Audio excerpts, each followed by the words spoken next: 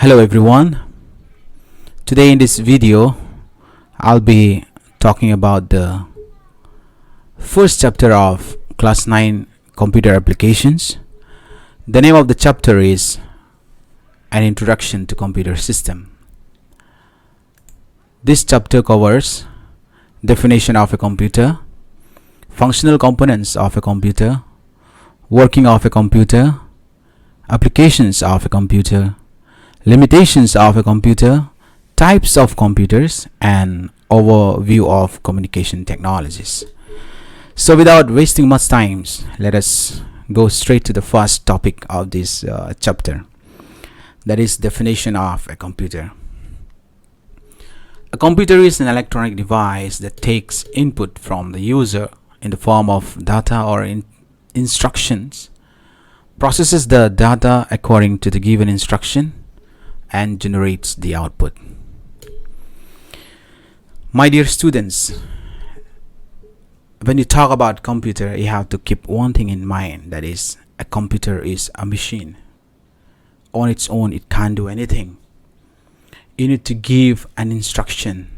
You need to give a kind of input to the computer. Then only the computer can process those input or instruction. Then you will be able to get the output. So computer is an electronic device. It need to take data, input or instruction from the users. Then it will process it and then it will give you the output. Now since then we talk about data, now let's look into the definition of data, or let's try to understand what is the data. Data denotes unprocessed raw facts and figures such as a name or a number. Example: Raj, 15, and 9 are raw figures and can be termed as data. So when you look at this example, when you talk about Raj alone doesn't give anything, any information. It can be a name of a person, it can be a name of a place, it can be anything. Or number 15, you won't get any idea from the number 15. It can be the height of somebody, or even the units can be in decimal, units can be in meter, centimeter. So this kind of raw facts is called a data. Now if you go deep into it, you will have to understand what is information. Now when these raw facts, so-called data, when you put together, or when the computer processes those data, it converts into a form that is useful and meaningful to the user. For example, all those data in the previous slide, we can see that Raj, 15, 9. So when you put together, when you form a sentence like this, Raj is the name of a class 9 student whose age is 50. This particular thing gives you meaningful information about Raj. So Raj is the name of a student who is studying in class 9 and his age is 15. So when you talk about computer, these two things, data and information, you will always come across this. So you have to understand, you have to make it clear, you have to understand the definition of this data and information. So in simple, data is unprocessed raw facts, and in simple, information is a kind of collection of processed data which give you a meaningful information. Then we have to understand what is hardware and software. When we talk about computer, the computer is made up of this hardware and software. Without this, computer is nowhere. Computer doesn't exist. So the computer is divided into two parts. One is the hardware part and the another one is the software part. So when you talk about hardware, we normally talk about the physical part, the physical which you can see and touch, like your monitor, your speaker, your keyboard, your mouse. All those which you can touch and feel it, those are called the hardware. And those things which you cannot touch, you can only see them. For example, you are very fond of using MS Paint for painting, for drawing and all those things. Those are the software. You can only interact with the system with those software. Or you talk about MS Office, MS Word, PowerPoint presentation. All these things are example of a software. So sometimes a question comes during exam and all these things, like what is the difference between hardware and software? So you can simply put in a simple way, like hardware are those physical components of a computer which you can touch and feel it, and software are those which you cannot touch but you can only see them. Example you can give like your operating system, your MS Office. Then let's move to the next topic, that is exploring functional components of a computer. A computer consists of various components such as system unit, monitor, mouse, and keyboard. Some computers may also contain additional accessories such as speakers, microphone, and headphones to perform additional tasks. See, when you talk about the functional components of a computer, the basic thing that you need are your system unit, that things that contain inside your cabinet, okay, where you connect it in your motherboard, and you need your monitor to get the output, or you need your keyboard and mouse. These are the basic things that you need when you talk about computer. But if you want additional performance, or if you want your computer to give you additional kind of service to you, then you want to listen to the music, then you need to have a speaker. Or if you want to listen quietly, you need to have a headphone. Or if you want to print something, you need a printer. Or if you want to send something, you need a fax. So many things. If you want to make your life more easy, or if you want to access more to the computer, so you need additional kind of things that need to be added along with the computer. But basically we need only the system unit, monitor, mouse, and keyboard. So when you look here at the picture, you can see it clearly. You can see the case is written, then that is nothing but your cabinet. Inside that you have so many things. You have your hard disk, you have your RAM, you have your sound card, you have your motherboard, you have your graphics card, you have your power supply, HMPH, you have your DVD writer. So all these things are inside this cabinet, the cage. They are known as system unit. And there you can see the monitor, where you can normally get the output on the screen. Or you have the mouse, these are the input device. You have your keyboard is also an input device. You have a speaker, that is also an input device. So you have both input device and output device. So we have monitor as an output device, keyboard, mouse, all these things are input device. So all these things we'll be discussing in the next chapter, but right now I want you to understand these few things, that is these functional components of a computer. Then let's go to the next topic, that is working of a computer. This is the main part. When you understand this, you will understand the whole system, how the computer is working. Then you will be able to get into the real feel of your computer application. See, a computer performs a task in the same manner as we do our day-to-day activities. Let's take an example. When we want to prepare some cookies, first we take some raw ingredients such as flour and sugar, that is your input. Bake these ingredients with the help of let's say an oven, that is your processor, and finally get the cookies, and that is your output. So this is how exactly the computer is working. Without the input, like your cookies, you won't get the cookies. Without processing it, you won't get the output, that is your cookies. Same thing, the computer need to be fed. You need to give information with the help of the input device. Then only the computer will process and will give you output. So in order to understand that, let's look at this diagram.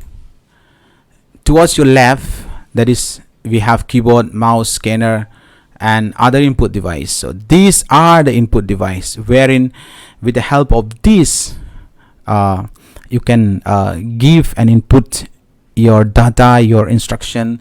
You can tell your computer what to be done. And in the middle diagram, you can see CPU, where you can see data, information, memory. This is where the process, like the example that we have given there, the oven is your processor. Okay, so it gives you the cookies. Same thing here. The processor process the whole data and instruction given by the user. And when you look towards your right side, you will see a monitor, a printer, speaker, and other output. So these are the output where it displays the process data, that is your information. Okay, I hope it is clear now.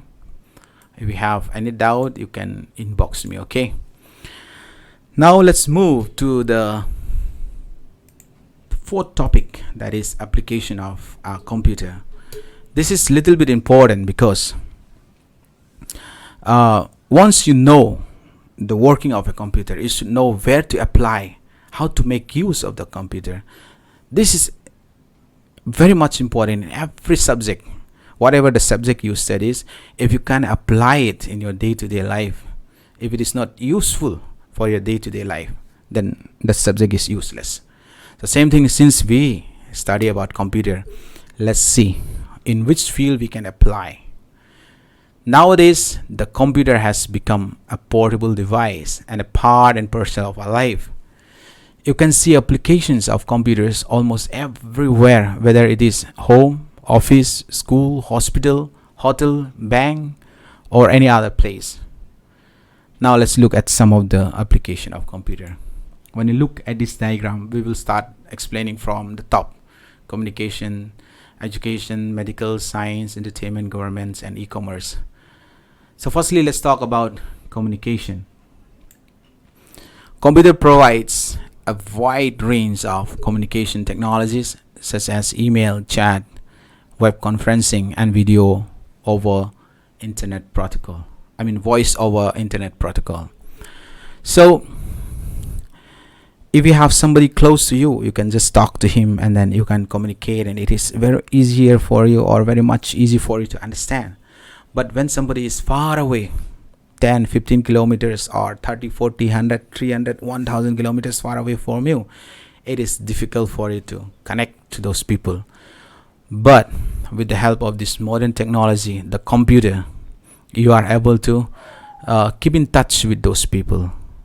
With the help of email, you can just type electronic mail, and the person can receive automatically at the same time. In the olden days, we used to write a letter and we used to send it to our parents, and it takes a week or a weeks to reach the letter to our parents or to our friends. But with the help of this modern technology, it is very easy for us to communicate.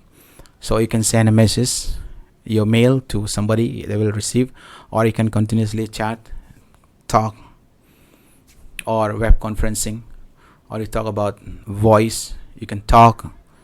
Okay, so with the help of this computer, we can apply this computer in the field of communication and make ourselves closer with our friends and can communicate with them. Now let's look in the field of education. Education nowadays, it is not easy for you to go everywhere and look at those particular topic and experience the real life and then study. No, but with the help of this education computer, with the help of this computer in education, it makes teaching much easier. You can bring the whole thing inside the classroom, or you can talk about the libraries. You need not go to the library and then sit down and read the books. You can get it online. Or you talk about laboratories. You need not go. Some of the experiment it cannot be performed in the laboratories. It is quite risky. So those things can be performed with the help of this computer.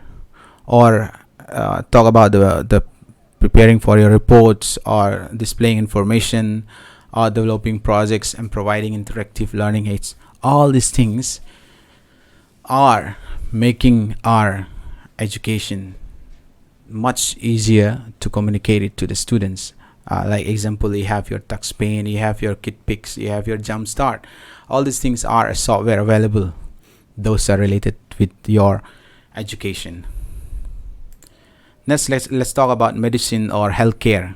In day-to-day life, when you look, sometimes it is very difficult to go and make line and book a doctor and then go for a checkup. It is very difficult.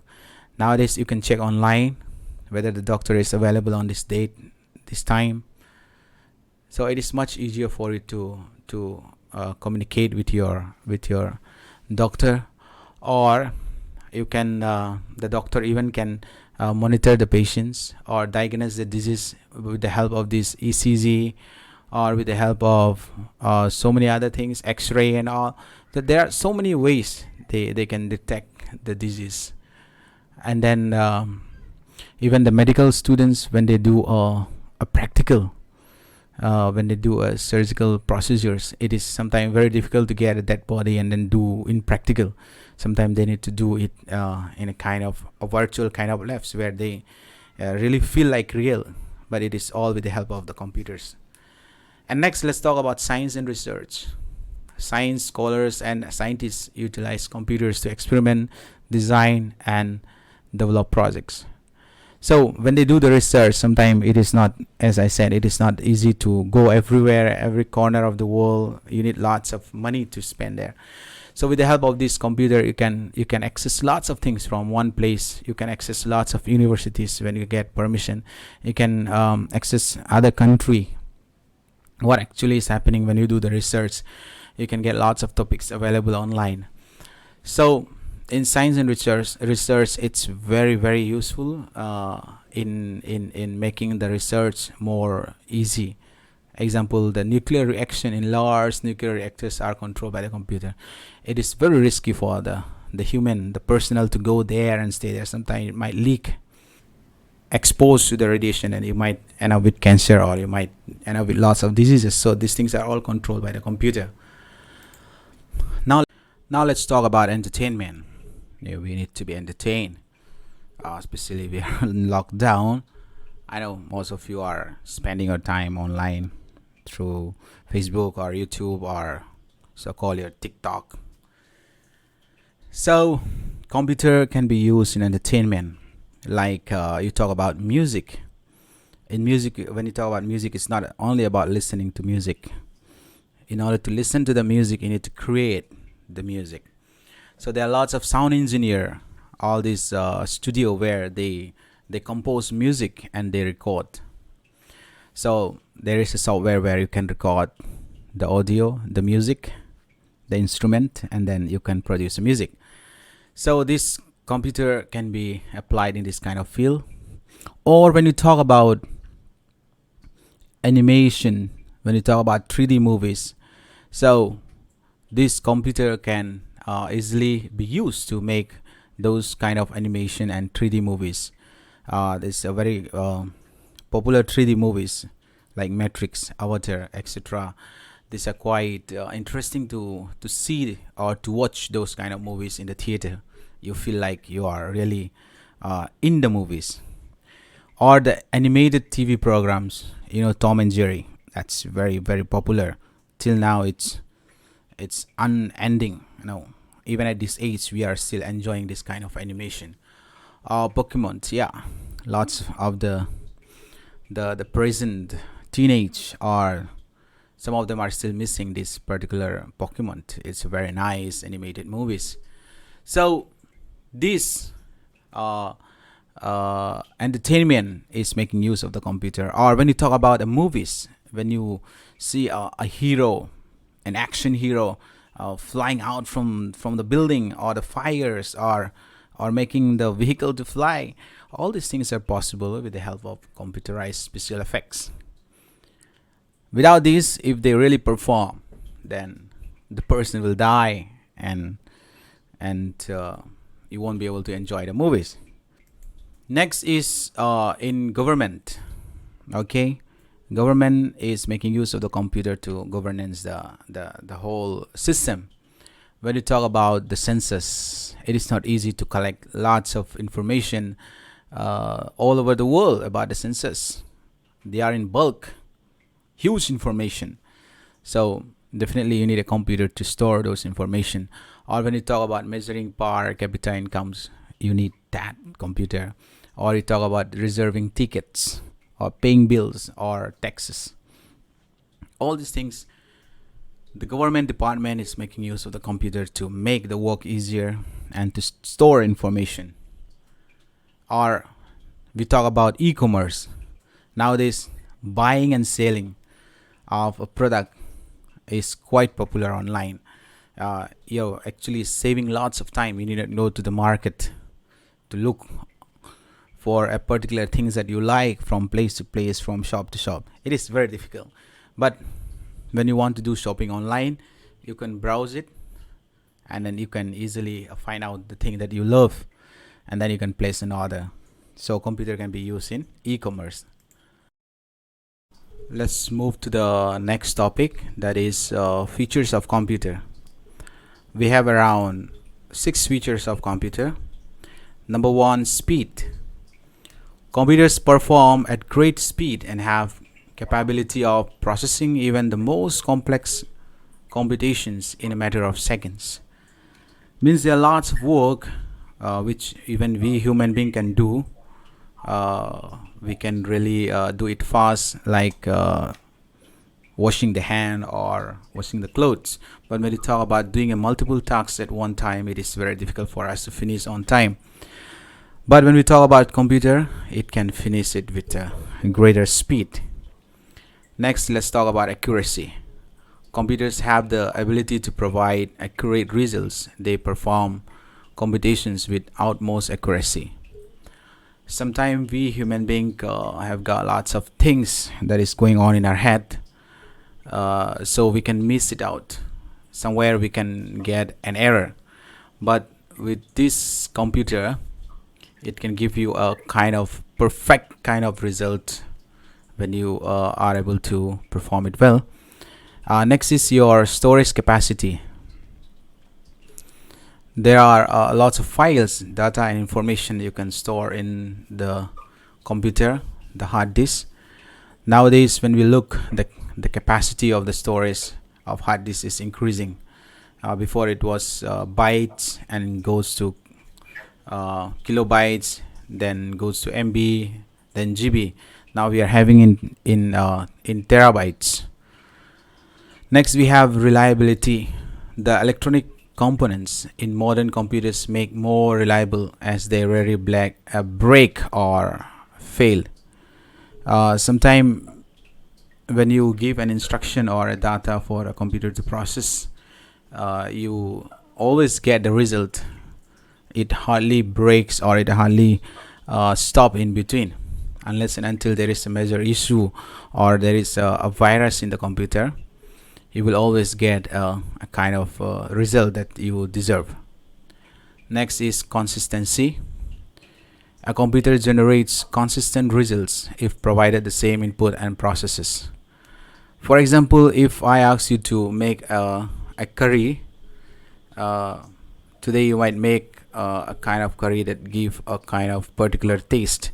But if I ask you to make the same curry tomorrow, the taste might change. But when you talk about computer, it gives you the same output if you are able to give the same input. Next is versatility. Computers are able to perform different tasks in a variety of domains, example education, entertainment and healthcare. So this particular computer can do many tasks. It can do something related to education or some related to entertainment, but we human being cannot perform many tasks at one time. So that is the versatility of the computer. Then let's move on to the next topic, that is limitation of a computer. As I already said in the beginning of the chapter in the definition, that computer is a machine. So since it is a machine, it has got lots of limitation comparing to human beings. So when we compare computer with the human being, they have a limitation. So the following are the limitations of computer. Number one, no power to make decisions. Like we human being can decide upon some topic or some incidents, but this particular computer cannot make decision on its own.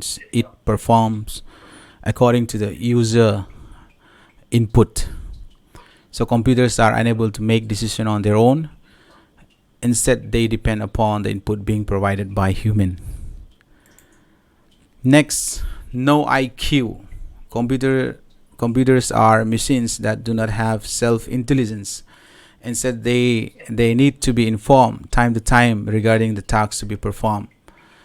So they don't have the intelligence to think what are the things to be done. Like if you don't tell the computer to do anything, it will just remain. Switch on the computer. If you don't make use of the computer, it will just remain like that. So it doesn't have like the intelligence to do the work unless and until you are given the work to the computer to be performed. Next is no heuristics. That means the computer cannot learn from its mistakes.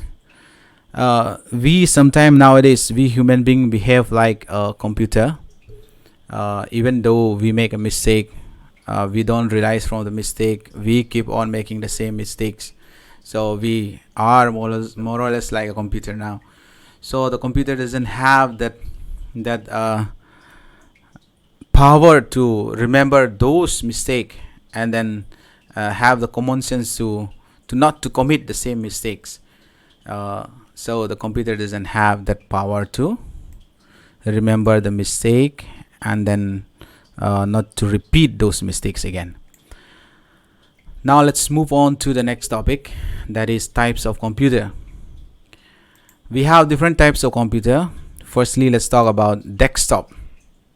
Why we call desktop? Because everything in the computer that we have should be kept on the table, the desk. It cannot be moved from place to place because the computer size is huge. It is very heavy. It needs to be placed on the table, on the desk. That is why it is called desktop. And you have lots of things connected to that. You have your monitor, you have your keyboard, you have your mouse, speaker, cabinet. Everything should be kept on the computer, should be kept on the table. It is very difficult to carry around. Next, let's talk about the laptop. Laptop is compact. All these things, you talk about speaker is connected to the laptop. You talk about the monitor, it is in the laptop. You talk about CPU, it is in the laptop. It is a compact collection of all those things put together. That is why it is called laptop. You can carry wherever you go. It is very easy for you to make use of the computer. Next is personal digital assistant, PDA. This is normally used in the olden times where it doesn't have a place to type. You just have to write it on the screen, and the electronic device will understand those writings and it will convert into a text. It is normally used in the olden time. Nowadays we don't make use of this anymore. Next, smartphone. Smartphone, as you know, everybody is making use of it. This is a combination of your modern technology, the what we call telecom technology, and the laptop put together. So in smartphone, you can connect with the people. You can download lots of apps where you can do lots of things with that. You can make a call. You can do lots of documentation work. You can do lots of projects with the help of this mobile. Next is notebook. Notebook is more or less same with laptop, but in notebook you doesn't have lots of feature like your laptop. It is more or less like your exercise book, your notebook, where you write down the notes and all those things. So in notebooks you are able to put the files in it, and you can do the documentation work. It doesn't provide you much feature to work upon it. Next is your embedded system. like you talk about washing machine. In washing machine, the program, the software is installed in the washing machine, and this kind of machine are known as standalone computer, where alone can perform. So whatever the thing it can do is already installed in the system. Like if you press the button, the particular work will be done. If you press that button, the another particular things will be programmed. So everything is programmed and put inside, so it will perform it according to that. Or you talk about digital camera, so everything is designed and put installed in it. You cannot get extra things. So this kind of system are called embedded. So you are combining the electronic things with the programming, and you put it together. Next is your mainframe computer. This is normally used in a big company, like you talk about the Google, you talk about the IBM, you talk about lots of big companies like your Yahoo. So you need a bigger CPU to perform attacks. You need the works to be performed faster, so you need a bigger system, a bigger processor to process the work faster. So this kind of company, they are making use of this mainframe. Next, let's move on to the next topic, that is the last topic, that is overview of communication technologies. Communication technologies includes your internet, where you are able to connect with the people all over the world, and you can share the information. And next is your email, that is electronic mail. You are able to send mail with the help of this electronic device, with the help of internet, and you are able to connect with the people and then send the information. Next is your short message services, SMS. Normally we use in the mobile, we are typing the message and we are sending it to others. So this is a kind of communication technology used to exchange of short alphanumerics or text messages between mobile device or digital line and mobile devices. Next is your video conferencing. Nowadays, this is very common now. Everywhere since the lockdown started, people are worried about how to start the functioning of the company or the school or wherever kind of group activities is needed. So this video conferencing is coming into or playing a very important role. Due to this video conferencing, you are able to connect with people. You can see face to face and you can talk. You can always see when our Prime Minister, Mr. Modi, when he tried to connect with the Chief Minister of different states, he always go for video conferencing. You can see it in the news. They always give. In Times of India, you can see it with your own eyes, and that is what is your video conferencing. And next is your chat service.